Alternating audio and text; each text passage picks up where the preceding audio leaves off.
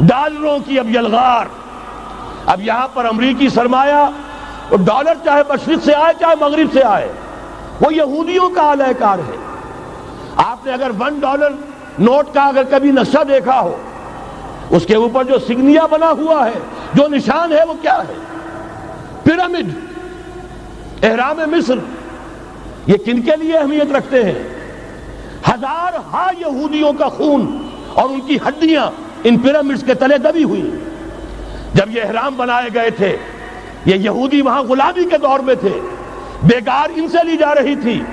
بڑے بڑے پتھر جب گرتے تھے تو پسنے والے یہودی ہوتے تھے. یہ ان کی اپنی جیسے ہولوکاسٹ، جیسے انہوں نے اس کو اپنا سمبل بنایا ہوا ہے، اسی طریقے سے پیرامڈ، مصر کا پیرامڈ، یہ گویا کہ ان کے اس زوال کا ایک نشان ہے. اور اس پر ایک آنکھ بنی ہوئی ہے، ایک آنکھ، کانے دجال کی آنکھ، وہ دیکھ رہی ہے. عجیب ہے یہ سمبل. نیچے لکھا ہوا ہے نووس آرڈو سکلورم، اور یہ در حقیقت 1776 جو نیچے لکھا ہوا ہے وہ رومن حروف کے اندر یہ 1776 ہے، جو میں بتا چکا ہوں آرڈر آف الومناٹی وساپ نے قائم کیا تھا. عام دنیا یہ سمجھتی ہے کہ شاید یہ امریکہ کا یوم آزادی ہے، سن آزادی ہے. 1 مئی اس آرڈر آف الومناٹی کی تاسیس 1 مئی کو ہوئی ہے. یہ 1 مئی جو منایا جاتا ہے، دھوکہ یہ دیا گیا ہے کہ یہ شکاگو کے جو مزدور ہیں ان کی یادگار ہے. حقیقت میں یہ 1 مئی اور 1776 آرڈر آف دی الومناٹی کی تاسیس کی تاریخ ہے. ڈالر میرے اس دیش کو ناپاک نہ کرنا. اور میں تو انہیں داد دیتا ہوں، جو کچھ انہوں نے، شاعر کہتے ہیں اس کو جو صاحب شعور ہے، اس صاحب شعور نے جو مشاہدہ کیا ہے کہ ڈالر آئے گا تو کیا آئے گا ہمارے ہاں. میری تو فکر کے اندر رچ بس گیا ہے. پاکستان کے بارے میں جب کہا تھا اے آندھیوں سنبھل کے چلو اس دیار میں، امید کے چراغ جلائے ہوئے ہیں ہم. ہماری امیدوں کے چراغ ہے یہ. اسلام کا گہوارہ بننے والی ملک ہے یہ. اس کو ہم نے قائم کیا تھا اسلام کے لیے. یہ آندھیاں نہ چلیں.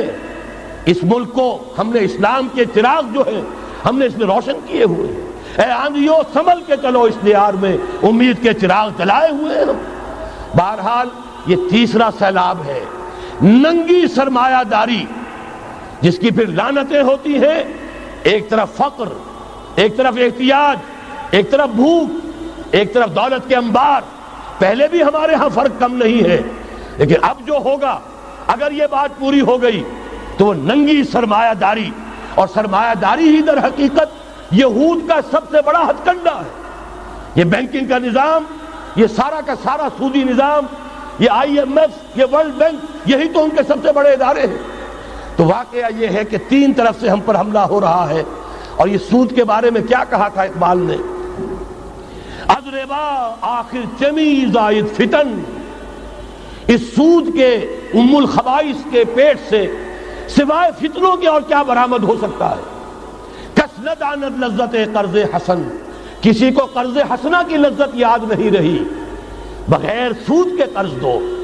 تمہارے پاس فاضل رکھا ہوا ہے، کسی بھائی کو دو کہ وہ اپنی معاشی گاڑی کا پہیہ چلا لے، پھر اصل واپس لے لینا. اگر اتنی ہمت نہیں ہے کہ ان تصدقوا فهو خیر لکم، صدقہ ہی کر دو تو سب سے اچھا ہے. دے ہی ڈالو اپنا فاضل سرمایہ. یسألونک ماذا ينفقون قل العفو. مت رکھو اپنے پاس، یہ گندگی ہے. لیکن اگر بڑے ہی کم ہمت ہو تو کم سے کم قرض حسنہ دو، اپنی اصل رقم واپس لینا. کس ندانت لذت قرض حسن. از ربا جاں تیرا دل چوں خشت و سنگ. اس لیے کہ سود کے ذریعے سے انسان کے اندر تاریکی پھیل جاتی ہے. دل جو ہے اینٹ کے مانند، پتھر کے مانند سخت ہو جاتا ہے، کٹھور. ثم قست قلوبکم فہی کالحجارۃ او اشد قسوہ.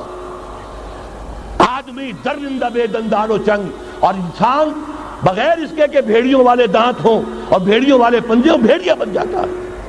بہرحال اب کرنے کا کام کیا ہے اس کو سمجھیے. اس پوری صورتحال کا میں نے آپ کے سامنے نقشہ پیش کر دیا. ایک طرف مغرب سے نیو ورلڈ آرڈر، جو جیو ورلڈ آرڈر ہے، اس وقت کی سپریم پاور آن ارتھ، امریکہ کی سرپرستی میں بڑی تیزی کے ساتھ حملہ آور ہے. دوسری طرف وَمَكَرُوا وَمَكَرَ اللَّهُ وَاللَّهُ خَيْرُ الْمَاكِرِينَ۔ اللہ کو پامردی مومن پہ بھروسہ، ابلیس کو یورپ کی مشینوں کا سہارا۔